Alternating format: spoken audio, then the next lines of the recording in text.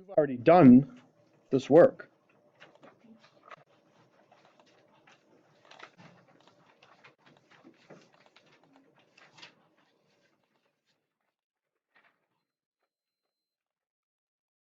I got 2 days budgeted for this, guys, so I'm gonna really take my time today, and we're gonna use part of the period next time to do some more quadratic formula problems. But we're gonna get like a good start on that today, and you're gonna have some time to get some homework done in class, or at least get a start on it. Okay,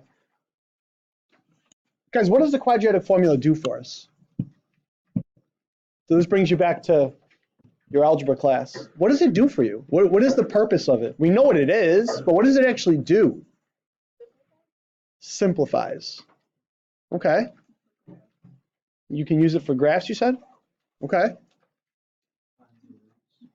Finds roots. Finds roots of a quadratic, right? What's another word for roots? Zeros. What's another word for zeros? X-intercepts. Solutions, right? So isn't the quadratic formula a way to solve a quadratic and get answers? Right? That's what it really is. So what I'm going to do here, guys, is a couple of things. If I gave you, don't write this down, guys, don't write this down, but if I gave you this, and I said, I want you to solve that. If I said, guys, I want you to solve that, what would you do? Yeah. Factor? Okay. Well, what would that factor into?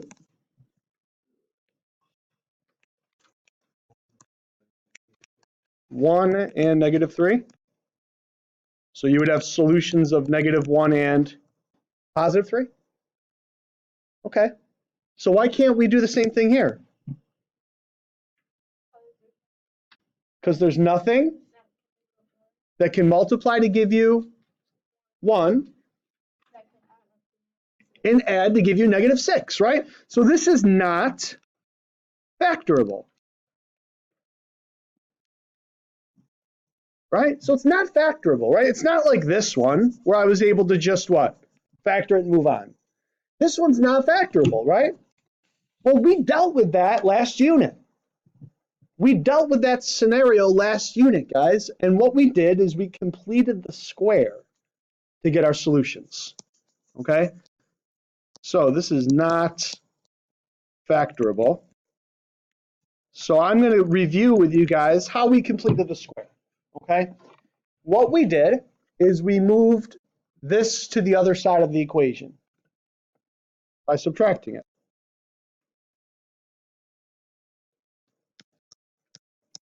And we got that. And notice what I did right there, guys. I left a little blank because when we complete the square, we're going to add half of the b term squared to both sides.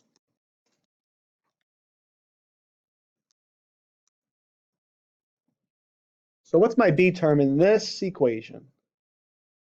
-6. What's half of -6?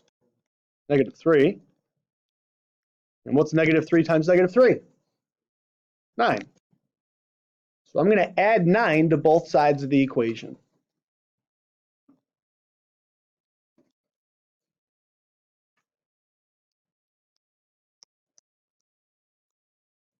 Like that. Guys, why do I want to add 9 to both sides of the equation? What does that do to the left side of the equation? It gives you something that is now factorable. Yeah.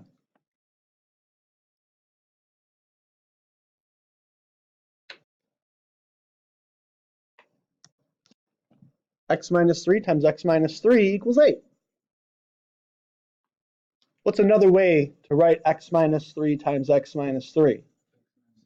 X minus 3 squared.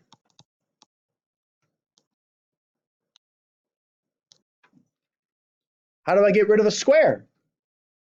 Square root it, yeah. So that gives me x minus 3 equals, now this is the one little trick that you guys had to remember. When you take the square root of something with an equation, you get positive or negative 8 radically.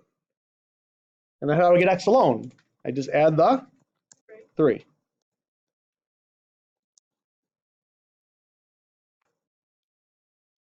And we get this solution. We get 3 plus or minus the square root of 8. Guys, if this was on your quiz, what is a perfect square that fits into 8? 4. Oh. How many times does 4 go into 8? Twice. So I could reduce this to be that. What's the square root of 4? 2. So this is the same as 3 plus or minus 2 radical 2. And these are the roots or solutions. Bless you. Because they're not like terms, right? It'd be like 3 plus 2x, right? Can't put those together. Now, guys, how else can I solve this problem and get solutions? Right? These are, what is nice about these solutions? These are exact, right? What makes them exact? Why am I saying they're exact? What does that mean? If you put this in the calculator, what's going to happen? You're going to get what?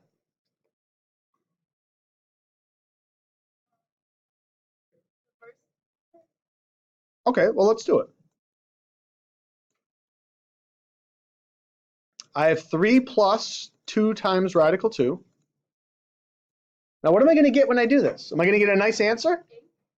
I'm going to get 8? No. No. I'm going to get the square root of 8? I'm going to get something that's not going to look real nice. Yeah, In other words, something like that. Right? Why am I going to get something like that? Because the square root of 2 is not perfect, right? It's irrational, in fact. And guys, by the way, do we think that this is the whole thing, or do we think the calculator rounded? Yeah, in fact, if you go up there and you highlight it and you hit enter, look at, there's more decimals, right? There's more decimals, yeah. So is there any pattern to this? No, that's why it's called an irrational number, right? Now, if I did 3 minus 2 radical 2, which is the other solution, oops.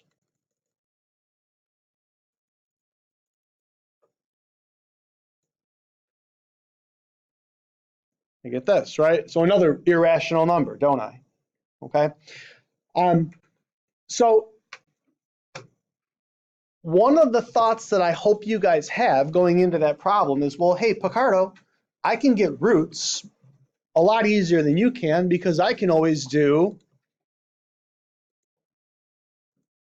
polyroots, right? And how do we do polyroots? Well, the degree is the highest exponent. And this example had a what? A 1, a -6, and a 1.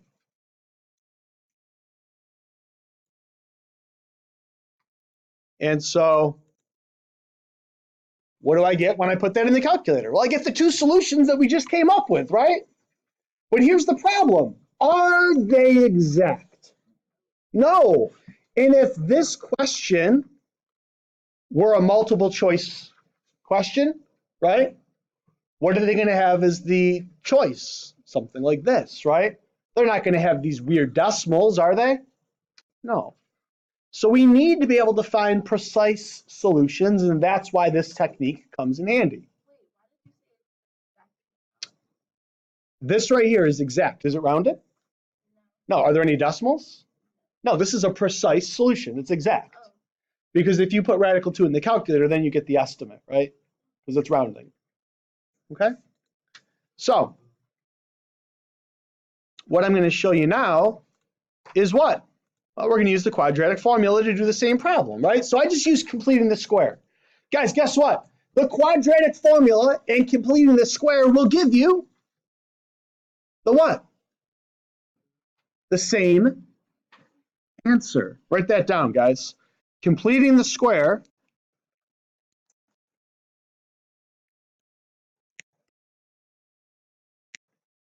and the quadratic formula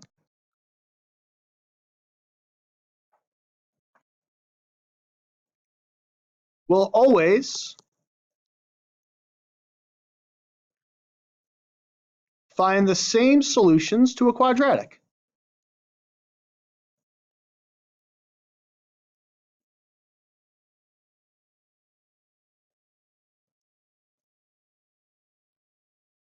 Same solutions, right? So what does that mean? That means if Jaden gets a problem on his exam and he can't factor it, and he uses the quadratic formula, and Trinity does completing the square, they're going to get what? Same answer. Okay? So we have the same problem we're going to solve now using the quadratic formula. And you guys have seen the quadratic formula before. Guess what? Nobody in this room will ever do it wrong. Wanna know why? We're going to do all of it on the calculator. Okay? So if you can literally tell me A, B, and C, you're going to do this right. What's A? What's B? What's C? 1. Now, it's my belief that there are 3 major parts to the quadratic formula. There's the first piece. There's the piece that's under the radical.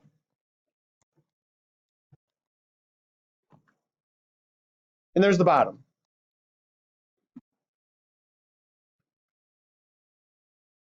And do you guys agree that those things are going to go into my formula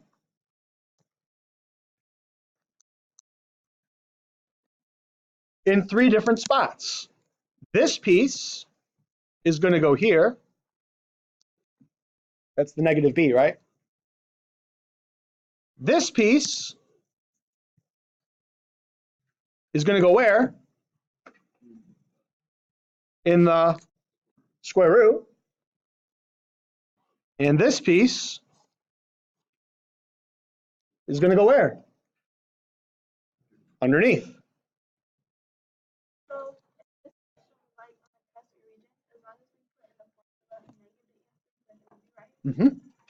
Yep. Okay, so I told you guys that you're never, ever, ever, ever, ever going to get these wrong, right? Because here's what I'm going to do now. Ready? 1 is stored in for A. And how do we store? We hit Control var and then we pick our variable, right? And it gives me that little arrow.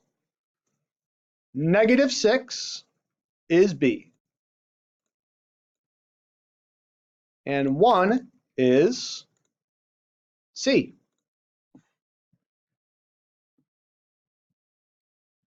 Now watch what I'm going to do. Ready? -B. This is the part, guys, right here, where if you're going to make a mistake, it's going to happen right now. Ready? Watch. B squared. Look at my B. What is my B? Bold. -4A. What's my A? Bold.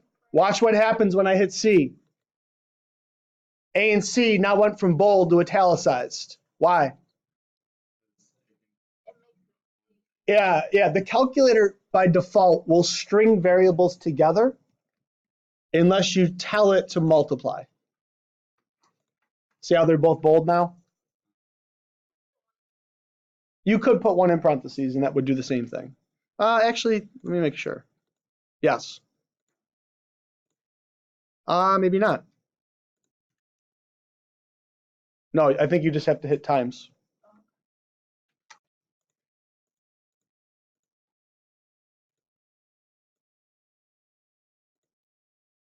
And then 2A.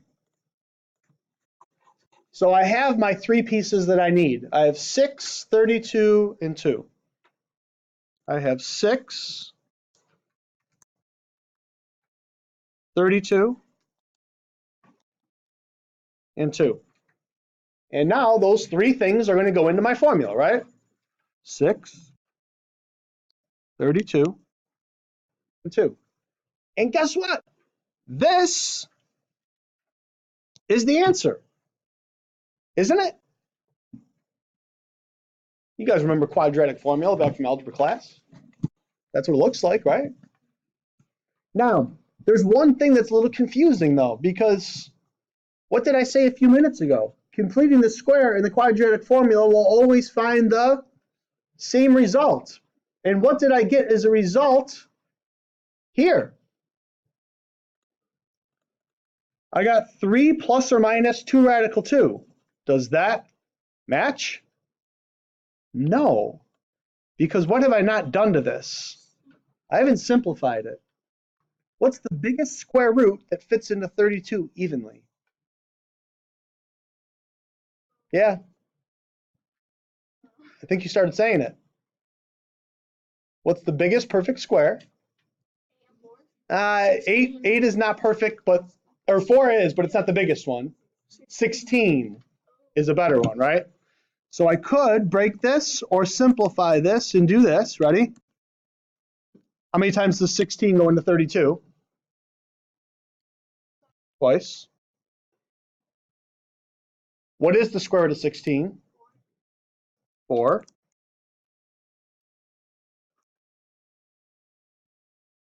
And then there is one more step to this, guys. What do all three of these numbers have in common? They're all even, which means they can all be divided by 2. And when you divide everything by 2,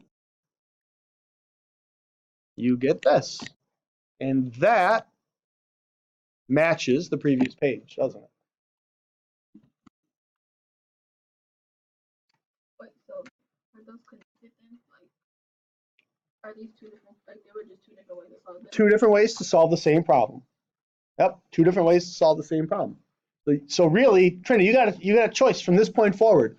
If you don't want to ever complete the square again, you can always use the quadratic formula. Okay? Now, notice something, Blake. I didn't say that you're going to use the quadratic formula when something is not factorable.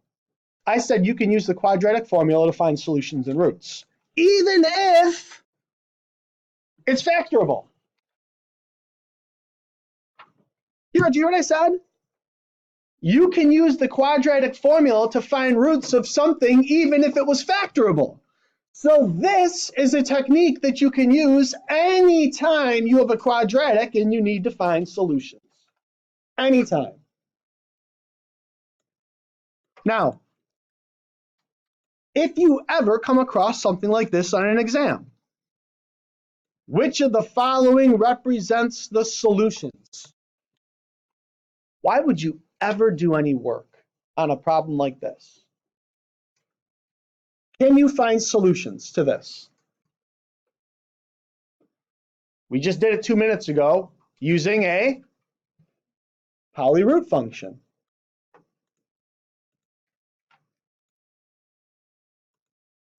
Right? I can find solutions using polyroot. So I have 1, -10, and 20.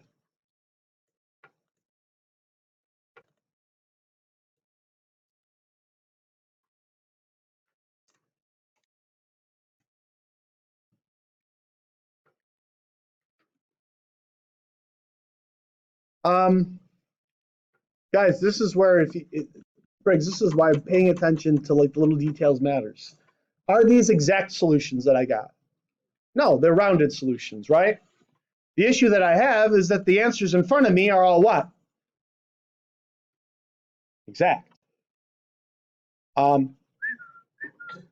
If I put these in my calculator, won't it give me the decimal equivalents?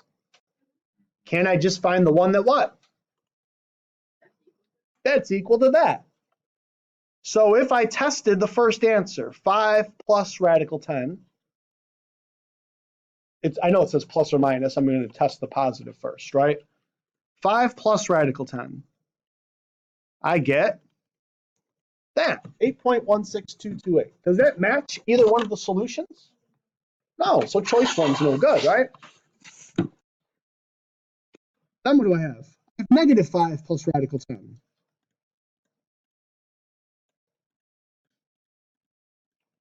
Does not match either of the solutions. No. I'll go to choice 4. 5 plus radical 5.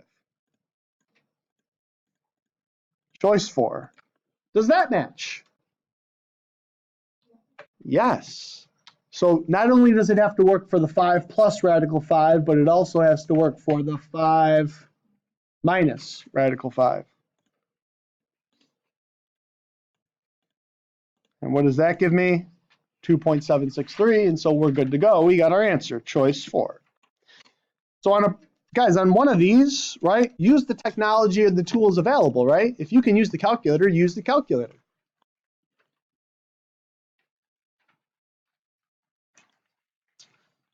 All right, so what did I just say a minute ago, guys? I said that I can solve quadratics even if they're factorable using the what? Quadratic formula. So, what did the directions say here? It says solve this below in 2 different ways. A, by factoring, and B, by using the quadratic formula. So, this is indicating that I can factor this. Do we all agree that this would be an AC problem because of the 2 in front? So I would have to multiply these 2 things.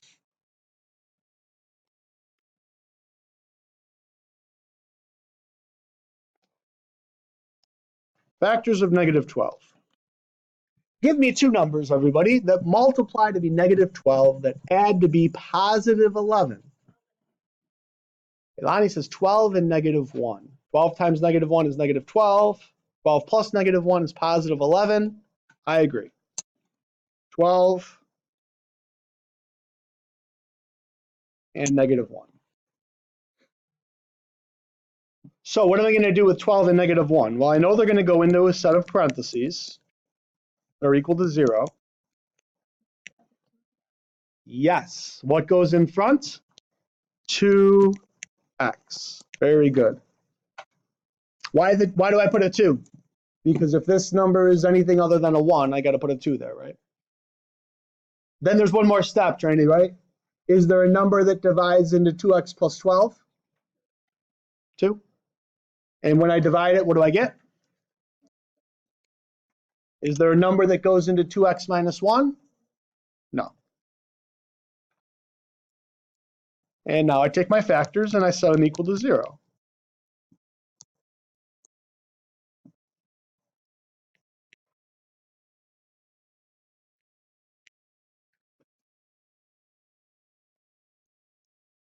And there's my solutions. I got nice answers, right? I was able to factor it. I was able to get my solutions and move on. But here's the thing, right? Here's the thing. Maybe you're sitting in an exam in June and you have to solve this problem and you are just not remembering the AC method, right? You're not remembering the AC method. So guess what? You can always, always, always, always use the quadratic formula to find roots. What's the A?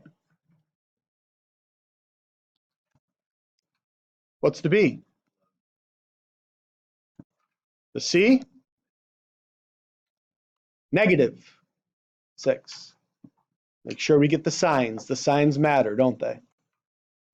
There are 3 pieces to my formula. There's a negative B. There's a B squared minus 4AC. There's a 2A.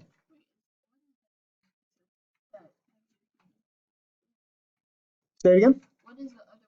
What is like? What's the difference between this?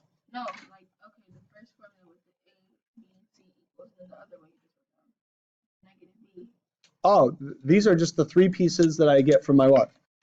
From my formula, right? So when I look at my formula,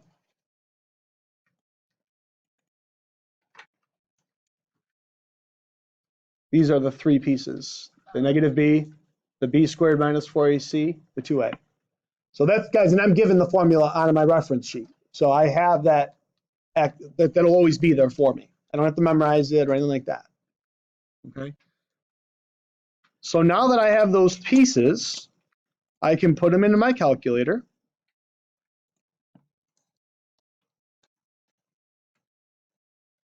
So I have 2, 11, and -6.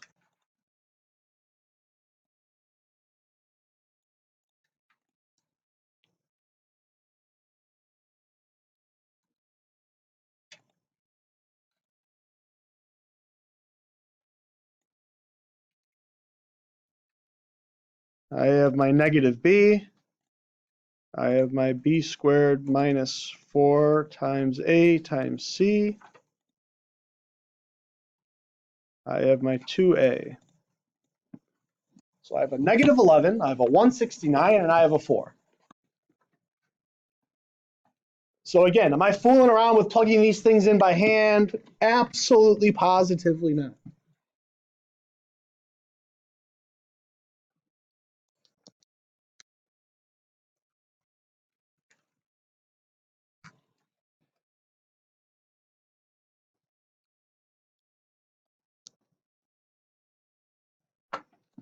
And Trinity, see what I'm doing now? Right? There's the 3 pieces to my formula, right? So the -b goes in this position. The b squared minus 4ac goes in this position.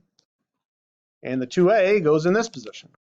And that's my solution. I got my answer, right? Now, why does it not match what I did up top? Because up top, I got 2 really nice answers. Well, guys, what's the square root of 169? The square root of 169 is 8 point something? Well, no, it's not. Well, can you tell? No, it wasn't wrong. It's 13. Yes. Just type it in the calculator. I promise you, the square root of 169 is 13.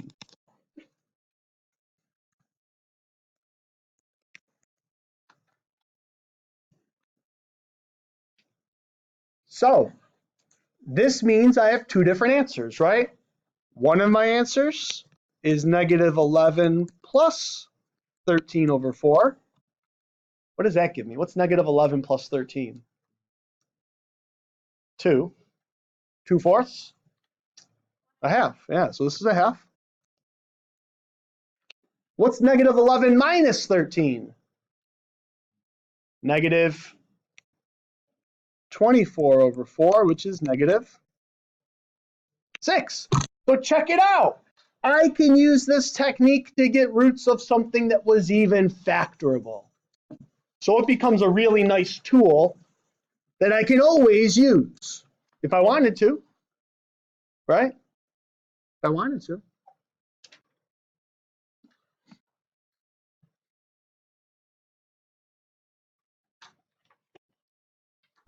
By the way, now I'll hold off on that. Okay, so here's what I'm going to do. I'm going to give you guys about 10 minutes. And in the next 10 minutes, here's what I'd like you to do. On the next page, there are 3 equations. I want you to find me solutions using the quadratic formula, okay? There's one of these that's a little bit tricky. It's the second one. What's tricky about this one? The 5 is on the other side, right? Is that where I want it to be? No, it's got to be equal to 0 for me to write down the values of A, B, and C, right? I'm going to subtract the 5. And I'm going to use this to now use my quadratic formula, right? So I'll give you guys about 10 minutes to get me solutions. Guys, one more thing. I want all your solutions simplified, okay? So get the solutions and simplify.